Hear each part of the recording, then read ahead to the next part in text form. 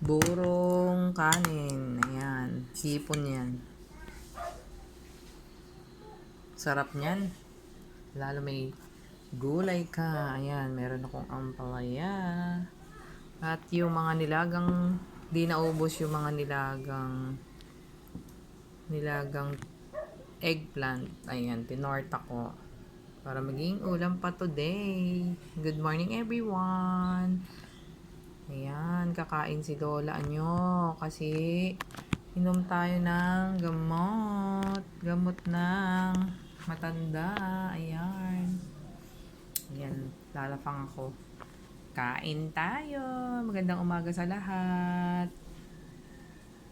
Mag-iinom ng gamot kaya kailangan kumain. Thanks for watching. God bless.